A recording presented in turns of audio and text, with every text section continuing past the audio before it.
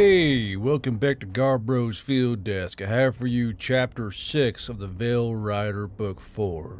Like, subscribe, comment down below, share the story with your friends.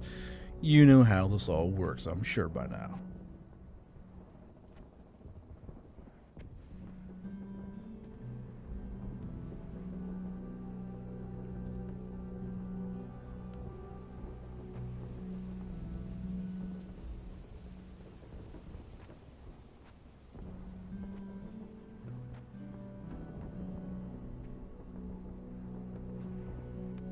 Chapter 6.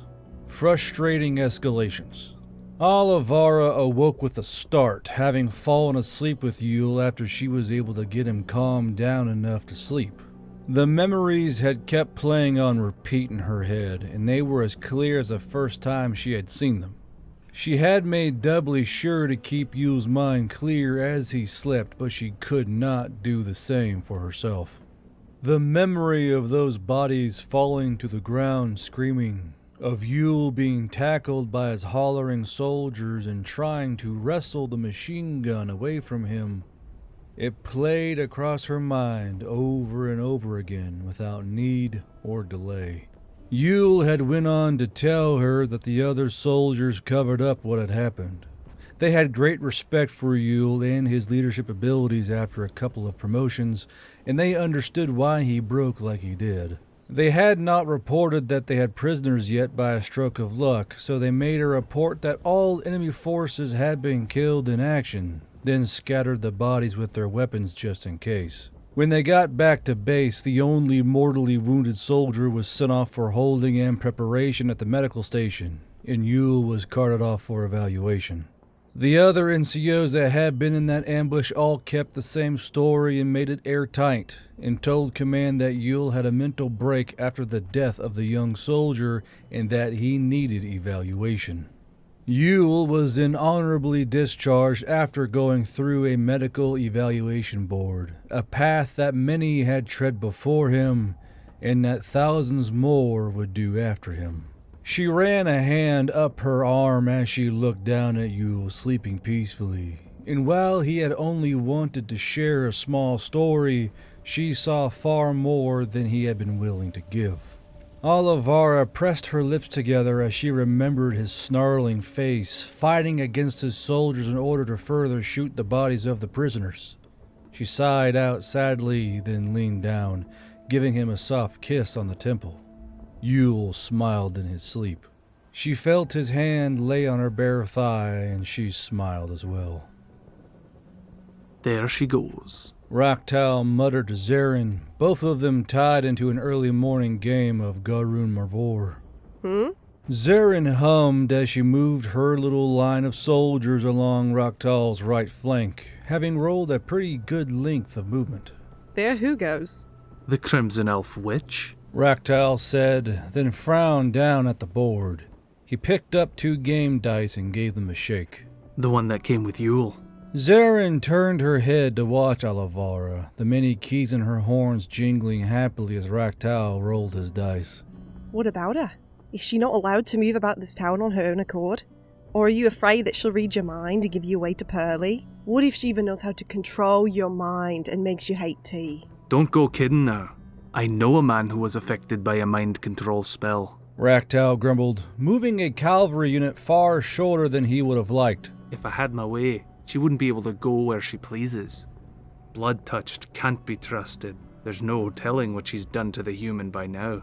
Zarin was not sure what to say to that, so she instead made idle chit-chat about tea, allowing the next half hour to progress without any more hackles being raised.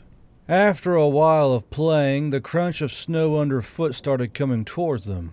They both looked up and nodded hello to Lou Tour, an agri-dealing man that dealt with most of the traveling commerce in the area. Already at 4, this early in the morning. Lou asked them, pulling out a chair from the table and taking a seat. You're as bad as the humans. Raktal chuckled. Got you in a bad mood, do they? Fighting all night to ruin my sleep, then bugging me about merchants to ruin my wake. Lou said with an angry sigh, pulling his long ears free of his winter hat. They must have been shooting at each other well into the fingers of dawn. Zarin shrugged with a smile as she shook the dice. Cost of doing business with them. From what I hear, it's only going to get worse. Their warlord tasked his warcasters with enchanting the nearest buildings with shields, and I heard them talking about theories of throwing these great big bombs back at their shooters. Speaking of merchants, Raktal said, watching Zarin get another massive movement roll with a furrowed brow. I saw a lot of wagons coming in, both last night and this morning. Absolute monsters, the lot of them. Lou said tiredly, rubbing at his wide eyes and pushing back his bushy white hair. Came in droves to hopefully sell goods to the Veil Riders once the battle kicks off in earnest. They're held in check by trade agreements so they can't scalp anyone, but they've been trying to get swift with our residents. Zarin pursed her lips and moved up an infantry unit to start fighting Raktals. A lot of them brought general goods. I did see that, as well as weapons. I even saw a cheeky dwarven woman trying to sell those little savage gnolls hair moisturizer. And she did, actually. A few of the female and male gnolls were looking quite lush and clean this morning. Raktal said with a short laugh, though Lou rolled his eyes. They seem to want to appear as well-groomed as possible, to impress Yule. Yes, I'm sure the chosen of the Silent Snow will be lustrous and flake-free by day's end. Did you know the humans are even paying those little cretins? I'm just thankful they're living outside where they belong. Lou said in a tone of disgust, folding his arms. Could you imagine if they let them inside the inns? There would be chewed upon wood and ripped up furniture as far as the eye could see. Zarin raised her eyebrows as Raktal completely blew apart her infantry with a single attack roll. Not a fan of the wolf people, are you, Lou? The Frostfangs are a fine people. The one I had some time ago even requested hot water to wash herself. They have no place with the rest of us. They should stay in their little mud villages or in the woods.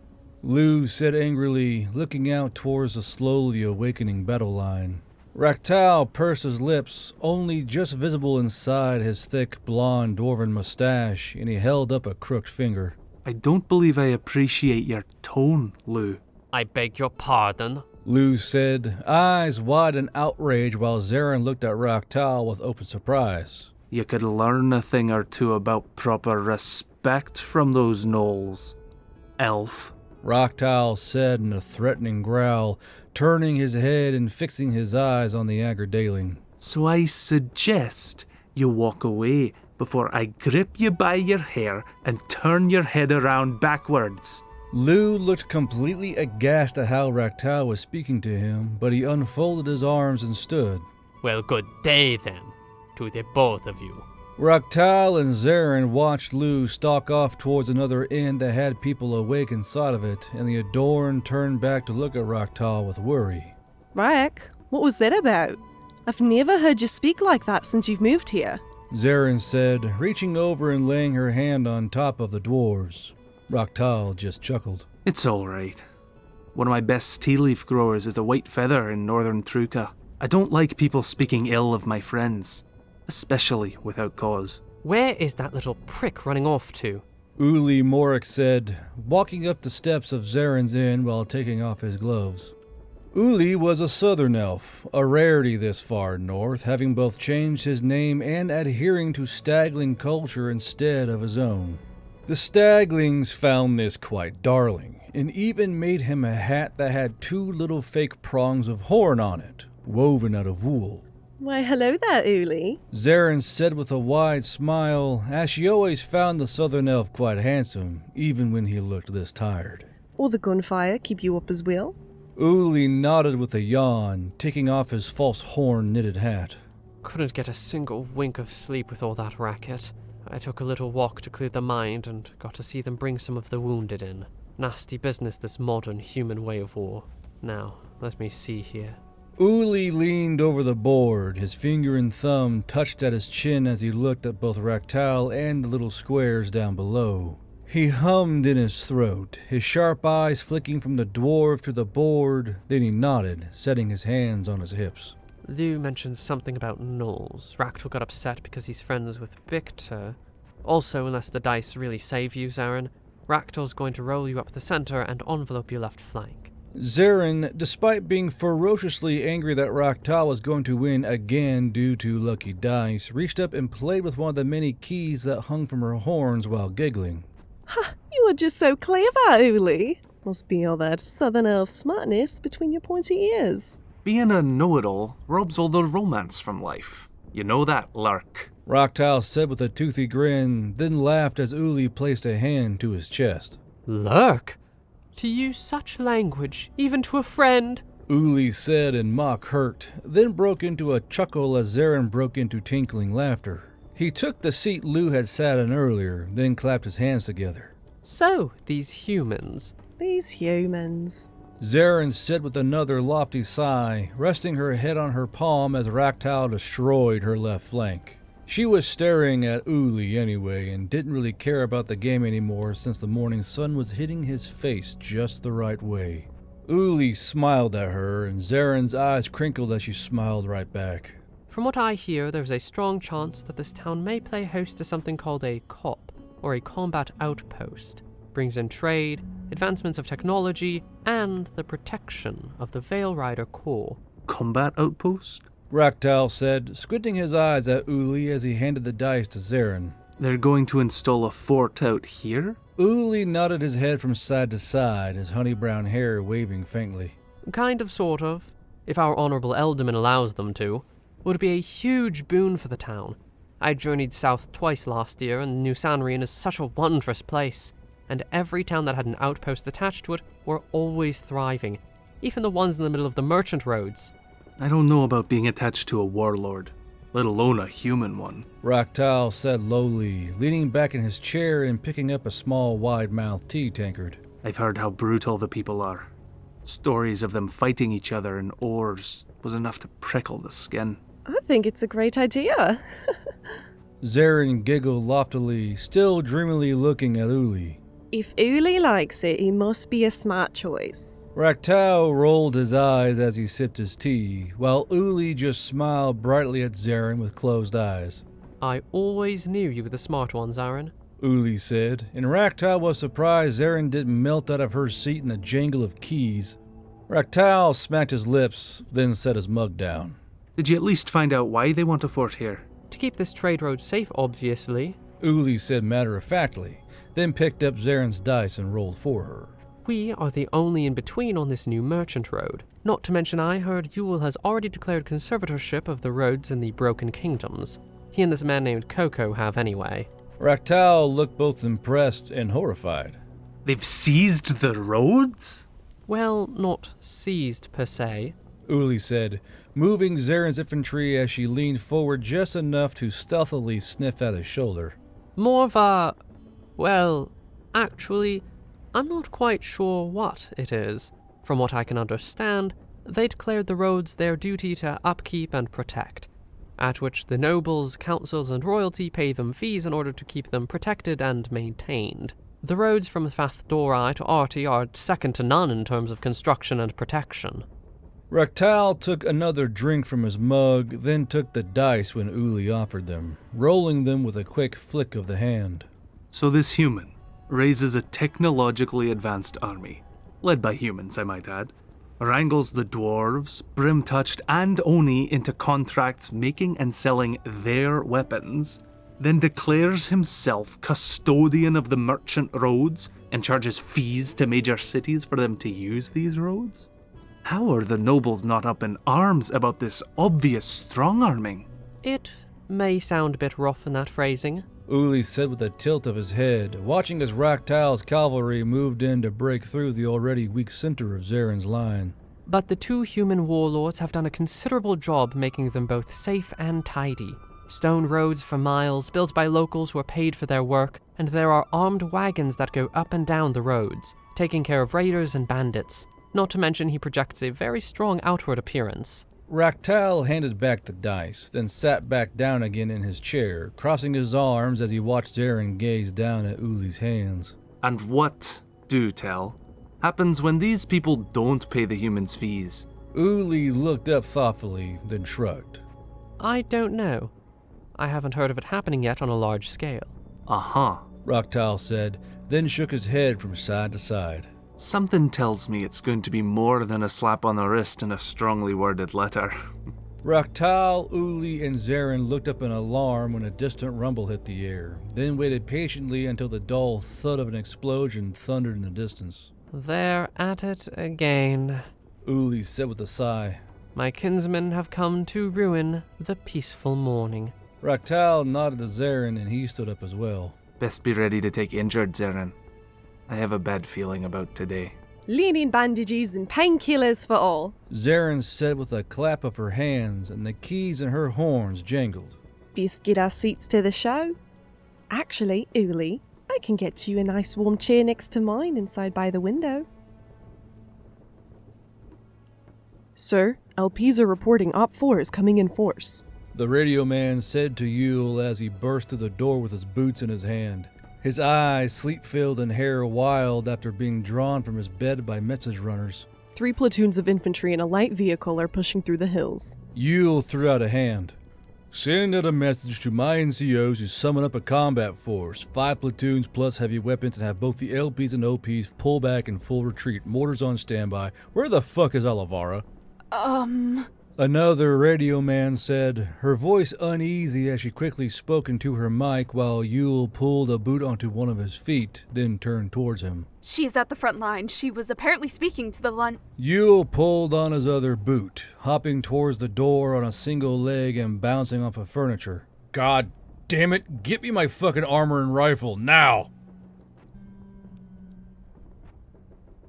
The battle line was in a flurry of activity as Domino and Chicks called out into the air, summoning platoons from the units nearby and getting them in order. Alavara was still tagging along with Grouch, her eyes worried as she looked around her. What is going on, Grouch? Alavara asked the human as he double-checked her K2 rifle to make sure it was loaded. Grouch put her patrol cap back on her head, making sure it was straight as an entire platoon of riflemen from Bear Company went sprinting past.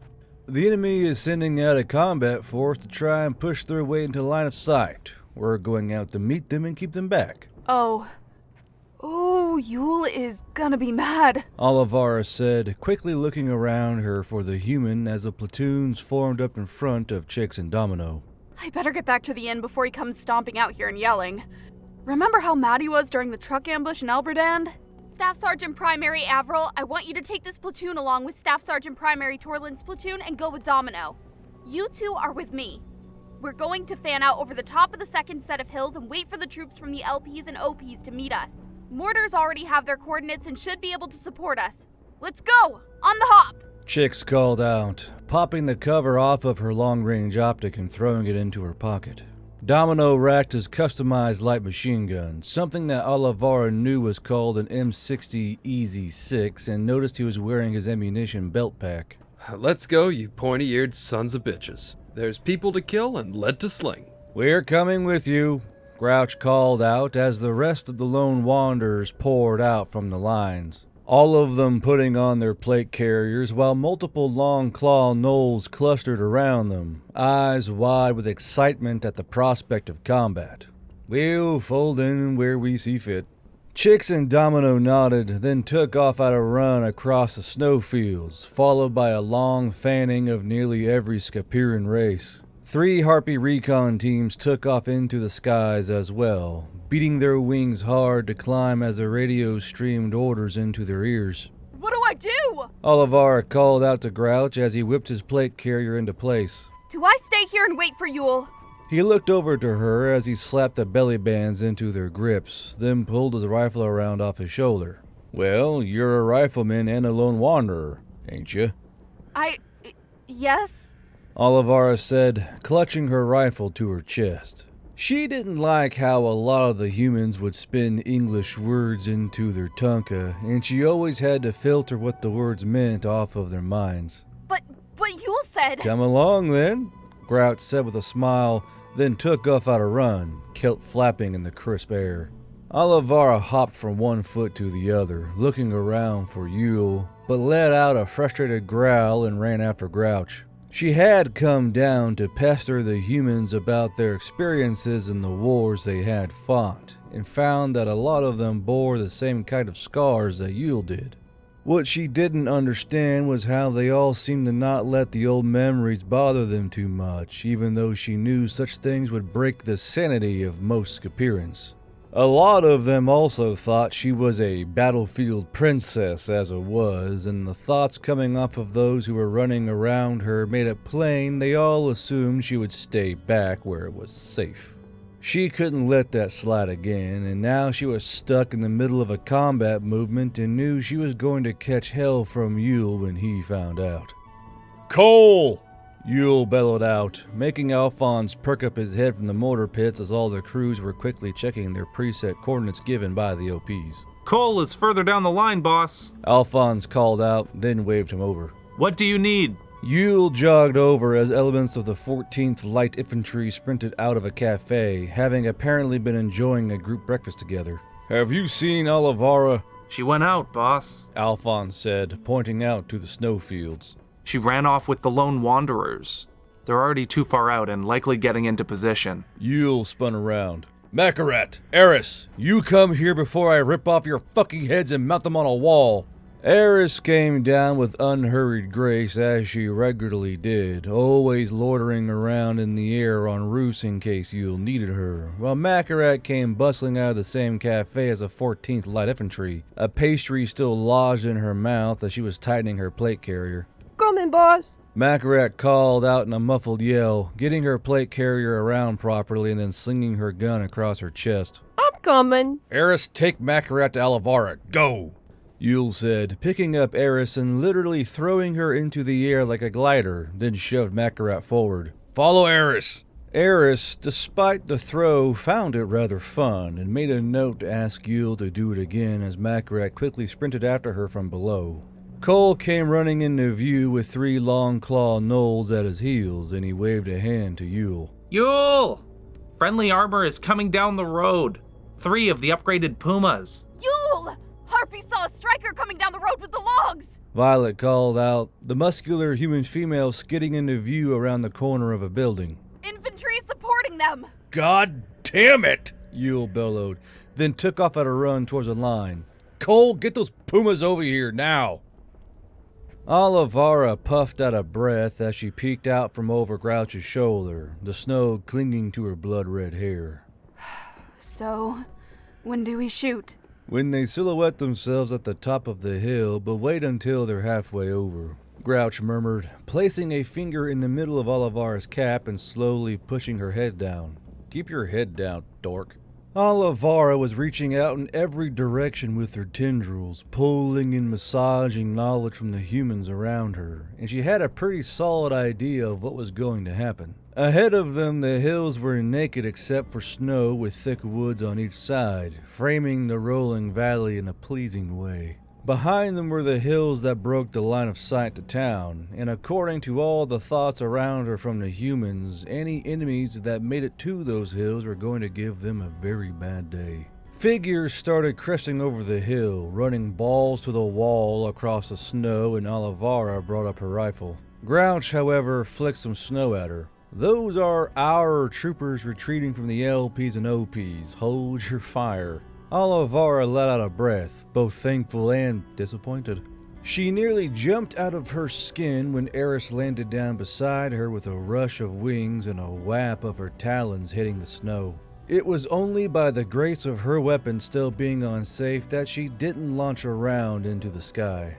Makarat coming. Eris said to Alavara, then fluffed out her feathers as she turned to Grouch, her earpiece buzzing. Mr. Grouch, you'll say Puma coming this way.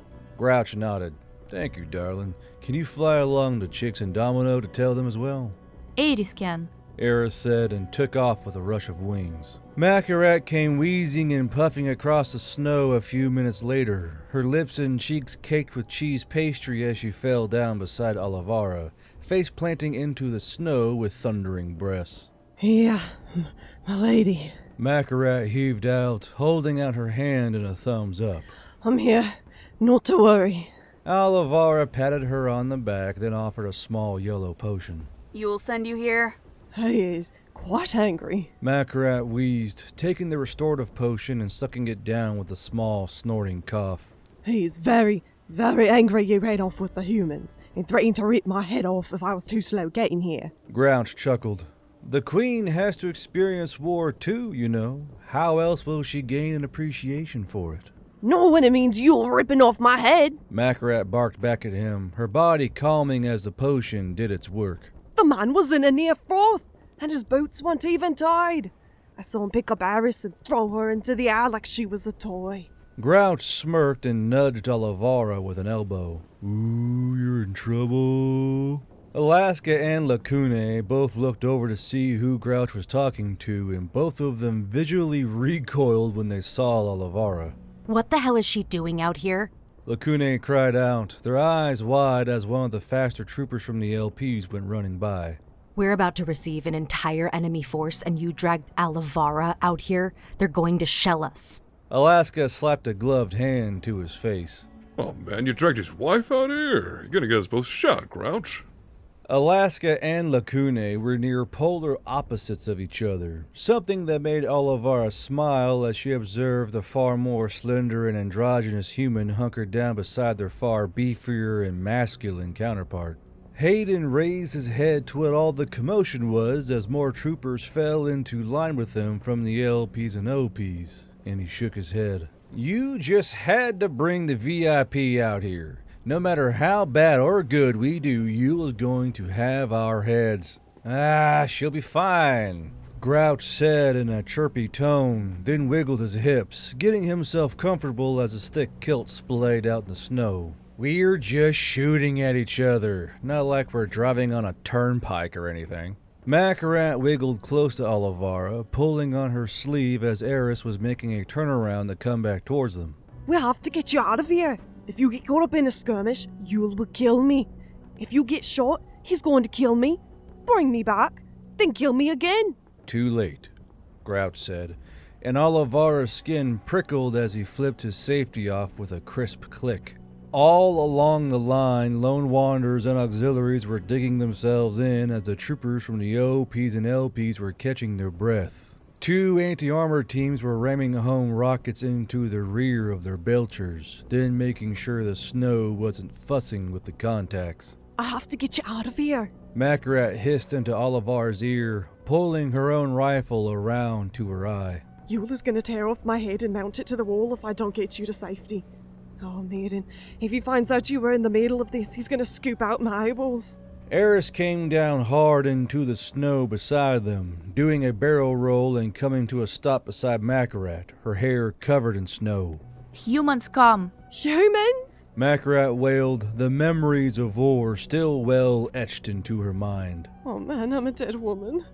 Even if I survive this, I'm a dead woman. Wait for them to profile, Grouch murmured, while beside him Alaska, Lacune, and Hayden all hunched over their weapons, one eye closed as they trained their gaze along their sights. Further down the line of scattered figures, Kemp and Prince were talking to one of the recon harpies they had flagged down, each looking over a snow-flecked map and muttering to the harpy. Alavara looked through her own iron sights, waiting as the wind blew across the snow-covered hills, and something was finally moving in the distance. Like a wave of speckled white miniature people, enemy troopers were swarming over the crest of the hills. Must have been tracking all the boat prints. McKnight anxiously muttered, laying shoulder to shoulder with Alavara in case she had to throw herself over the elf. Grouch nodded. They must believe they are tracking a quarry. Time to ruin that illusion, Hayden said, then pulled back on the trigger of his rifle. A figure bent over and tumbled down the hill in the snow, and the entire rifle line opened up, splitting the calm air apart with the cracks of weapons discharging. A lone wanderer wielding an M79 grenade launcher let out a thump, a 40mm high explosive round exploding in the distance and throwing soiled snow up in a short plume. Alavara started squeezing the trigger of her rifle as the enemy hit the snow and started firing back, and the battle for overwhelming fire superiority began in earnest. A few rounds zipped by her and Grouch, the two of them ducking their heads down as the bullets snapped by their ears, but they continued their line of fire. It was difficult to keep the little outlines in her rifle sights as her camo kept blending in with the snow, but Alavara thought that a few of her bullets found their mark as little spots of snow stopped firing their weapons. All things considered, it was going quite well until she heard a lot of voices yelling and shouting from down the line, and Alavara took her eye away from her rifle, looking around at the scattered platoons. Strikers! Strikers! A human was screaming. Kemp turned to one of the LP soldiers who was firing on full auto in short bursts. You said there was just one vehicle. There was. The Oni yelled back, pulling out her spent magazine. That isn't even the one we saw.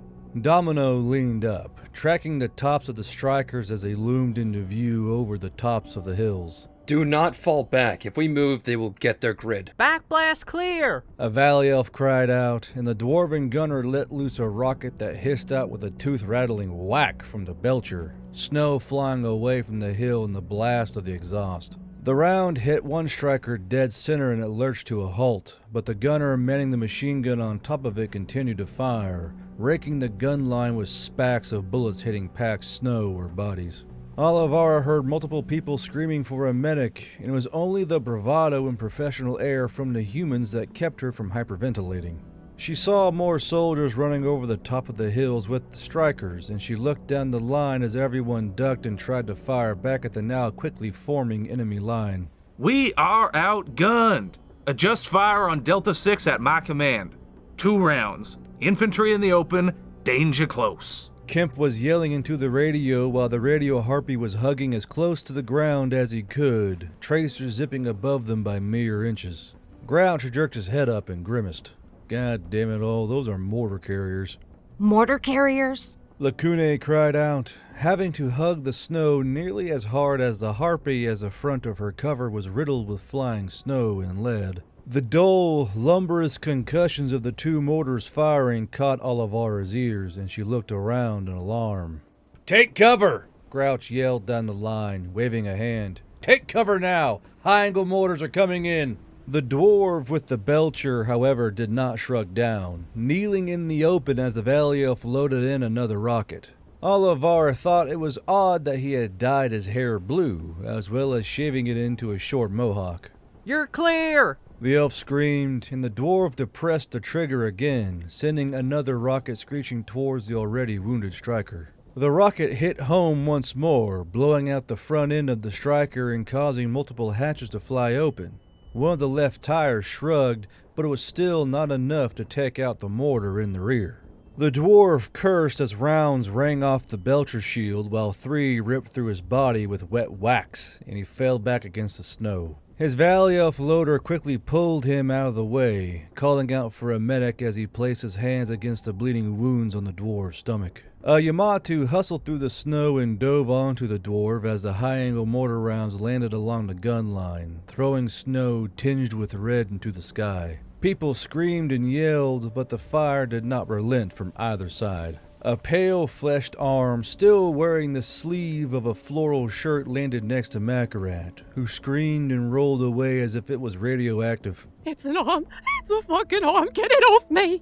Alavara stared at it wide-eyed, while Grouch sniffed at it, reloading his rifle. "Looks like old Toby finally punched his ticket," Grouch called out to Gabriel, the other human looking down his sniper rifle optic and blowing a hole through the face of a machine gunner. Gabriel ducked back down behind his cover on the hill, pulling out his own magazine. That makes Toby and that Gorlock fella. He just saved part of the gun line by taking a mortar. "What are you talking about?" Grouch asked him, leaning up slightly to clear his aim towards a group of infantry and squeezing off shots with a calm hand. Gabriel reloaded his rifle and did the same, placing a round into the chest of a grenadier. Well, he's got a mortar stuck in his chest now, and his bulk kept it from exploding. Protective layers. Grouch laughed out, still squeezing off rounds. Alavara, Makarat, and Eris stared at the 2 humans, horror-stricken at how nonchalant they were about 2 of their friends dying. There was, however, very little time to reflect on this as the answering mortars from their own forces came down on the opposite side of the hill, and this little slice of the valley was quickly becoming filled with a lot of shrapnel. 4 solid explosions ripped through the other hills, throwing dirt and snow into the air, and Alavara ducked back down, looking down the line again. She could see a rather large, fat human being dragged downhill by a pair of dwarves, and she saw with horror that a large mortar shell was lodged in his chest. She made a quick judgment that the man's bulk must have cushioned the round, having just slipped in past his armpit and further shielded by his oddly blue vest. As the dwarves went to toss him further away, a platoon's owl harpy healer came across the snow while ripping the trauma bag from her shoulders, skidding to a halt in front of the obviously dead human. "He's dead, lass. Move on before this round cooks off," one of the dwarves called out, moving to kick snow at her as she approached. Instead, she reached out with her wing claw, clutching Oggledok around the neck. She paused for a moment, working her fingers along the multiple layers of flesh, then her eyes lit up with a bright look of hope. He's alive. He was dead. I checked. The dwarf spat out, then leaned backwards when the owl harpy turned her head around backwards to stare at him. You have to work your fingers past his second chin, you imbecile. She snapped, hissing at the dwarf as she pulled out a healing wand and stabbed it into the human's belly. The dwarves were flabbergasted as rounds still snapped and whizzed overhead, while one shook his head in horror. "There's a mortar round lodged in his chest, lass. It's still live." Then carry him gently. She hissed again, stabbing another healing wand into his stomach. Over there. I'll work the mortar round out myself. "Slick and cuck," one of the dwarves cursed, then carried Oggledok over to where the owl harpy pointed, gingerly stepping through the snow and hoping it didn't set off the mortar round. Kemp was yelling into the radio again as the enemy mortars fired, while the dwarven Belcher gunner loomed up once more, his blue mohawk stained with his own blood and body still trickling as the healing potions tried to seal his wounds. Fuck off, you noisy cunt! The dwarf bellowed, then depressed the trigger again, sending another splash of snow out from behind him as the rocket whacked into the air and detonated against the middle of the striker. The explosive warhead must have found purchase as there was a distant rumble of something exploding, and smoke began to pour out of the open hatch of the striker. The dwarf with the blue mohawk ducked down again with his loader as friendly mortar rounds howled overhead once more, then detonated amongst the enemy infantry, the crackle of gunfire slicing through the explosions easily. Lacune let out a scream as a round sliced through the ribcage, the human tumbling backwards through the snow and scrabbling at their side. Alaska clicked his teeth and slid down to them, checking over the wound as Lacune hissed and let out an anguished cry. Ah, quit your bellyache, and I just gave you a flesh wound. It fucking hurts. Lacune screamed, punching Alaska on the front of his chest plate. Don't tell me to quit when there's a piece of hot lead in me. Alaska let out a short laugh as he pulled out a small healing solution from a pouch. Well, no shit, Sherlock. Did you expect getting shot to feel like a tickle in a hand job? Hand job? Eris asked in confusion, but Maccarat and Alavara were too busy suppressing the enemy down below them to answer. What is hand job? The melodious thuds of the mortars was starting to give Yule a headache as he waited nearby. 3 different radio operators standing around him as he sat on the bumper of the more modernized and upgraded Puma. He had tried to run out into the field to grab Alavara, but was hauled back by multiple Oni who were sicked after him by Alphonse. So, he was instead waiting on the all-clear call from where Alavara was out in the snowfields, as well as the other call from the Pumas he sent down the road towards the fallen trees. He would have tried to run out again, but those Oni were still watching him carefully. Brita, on the other hand, was still hanging out of her turret, pestering Yule with questions. So you still haven't married her? Brita asked him, her German accent still as annoying to him as it had been before, more so now because she had a weird air of tease about her. Yule grumbled, rubbing at his face. "No, I have not." Why not? Brita asked down at Yule. "Because I haven't," Yule snapped back, and Brita tittered. The radio operators of Alioth, a dwarf, and Ryozo the Oni could not have looked more uncomfortable, and all of them were quietly wishing they could switch places with the people yelling in their ears. Combat was preferable to whatever this was.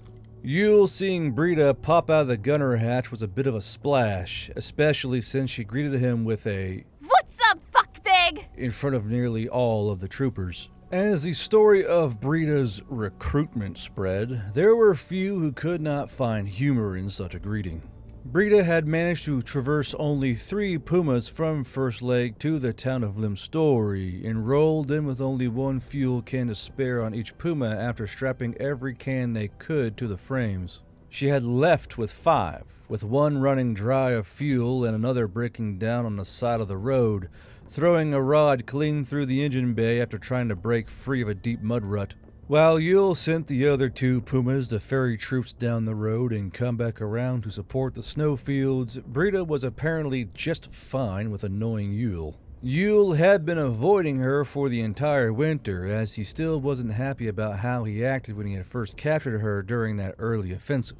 Brita, knowing full well why, was taking this moment to catch up on all the pestering she had missed out on. The sergeant major rank on her sleeve was nearly giving Yule a secondary aneurysm, and he was pretty sure that Piper had something to do with it. I'm just saying you need to put a ring on her already. It's been what, half a year? That's a decade long at this point. Brita chided down at Yule, even as the mortars fired and the distant crackle of gunfire echoed back at them. Especially if she keeps sneaking off to the front. Who knows how long you have left with her running around the battlefield? Yule clenched his teeth, turning to look over his shoulder at the German woman still perched up in her commander hatch. Yes, thank you, Brita. Now tell me about the thing about the fuel you keep dangling over me. The line ends here. Brita said matter-of-factly, pointing down to the front of her puma's bumper. Yule looked to the bumper, then back up at Brita. Excuse me? Your fuel supply ends right here. Brita said with a nod, unfolding a letter she had plucked from her shoulder pocket. Piper ran the numbers along with Classic and our suppliers. Our lines end right here in front of my truck. There's also little luck of any birds getting here. Fuel supply is too low. But there may be a chance of your tweets coming in if they are in the right place. Yule grimaced up at Brita, then folded his arms. So what we feared the most has come to fruition, I take it? We've hit our wall. Brita agreed, nodding her head as she looked down at the letter. We can't produce and track fuel as far as we need to. We have trucks running hither and thither, trying to form stockpiles, but we use it nearly as fast as we produce it. It may power an engine, but it's just not as efficient as good old dinosaur juice. Yule ran his thumb along his bottom lip, then muttered out a curse before looking back up to Brita. This planet lacking any kind of actual oil is frustrating, but I guess we just have to work with what we have. So you're saying that our sphere of influence has finally hit our limit, eh? We're gonna need to branch out into more fuel systems, but that's gonna take a year or 2. Looks like we're cooked. May as well serve us with chips and a side of curry ketchup. Brita agreed, then nodded her head towards the Valley Elf radio man as his head jerked up. Sergeant Major? The Valley Elf said, looking up to Brita as the other pumas chattered in his ear. Your pumas have deployed the infantry, and one is engaging the enemy vehicle. Appears to be some kind of APC. Brita nodded. Tell him to keep on the vehicle and make the other one head towards the snowfields. Yes, Sergeant Major. The elf said, and relayed the orders to the aggressively engaging puma. Riozo looked to Yule. Striker reported destroyed. The other is retreating. There have been 7 SDCs and 2 human SDC. Who? Yule asked, both Brita and himself perking up at the news. Riozo spoke into his receiver again, then looked back up to Yule. Enemy infantry is pulling away. Ours are digging in. Alavara is being brought back with the wounded. Toby and Oggledok have been slain during combat, sir. Toby was one of the original riders, Yule said with a curt frown. Oggledok was new. Came in with the prisoners. Brita shrugged. Well, humans are just as vulnerable to death as everyone else. It's always bound to happen. Who else got their ticket punched? Yule asked. Riozo pulled out a pad of paper from his pocket and a field pencil as he requested names. Private Moby, Private Hume, Specialist Lorick, Specialist Qui, Sergeant Zelim, Private First Class Poirier, and Private Twombly. The modifier was accurate, and there are approximately 20 wounded coming back as well with the dead. Thank you, Specialist. Yule sighed out, stretching his neck before pointing to the dwarf. How about you? The dwarf nodded his black-haired head. Infantry are fanning out and taking positions with the puma. There is nothing left of the enemy vehicle but a smoking crater.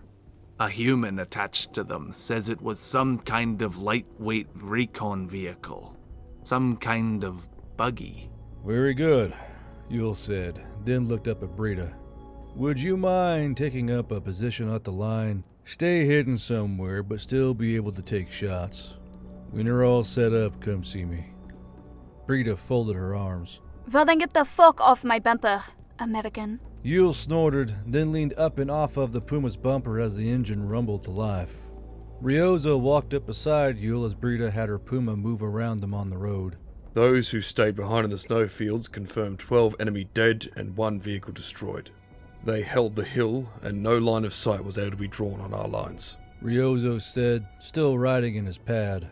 Yule rumbled in his throat as he pressed his lips together, then turned to Riozo. They're going to start fanning out into the woods. Tell Domino and Chicks to come back here. Have someone else take command of that forward line.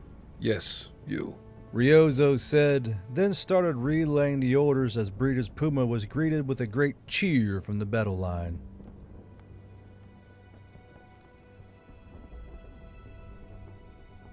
And that's the end of Chapter 6 of Book 4 of the Veil Riders. If you like the story and others like them, be sure to like and subscribe to the channel of Garbros Field Desk. Follow me on Twitter, Twitch, X, Discord, comment down below, all that fun stuff. You guys now know how YouTube works.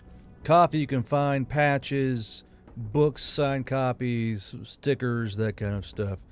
And yeah, so I'm sure if you've heard all the other books by now, you know what I usually say at the end of the video.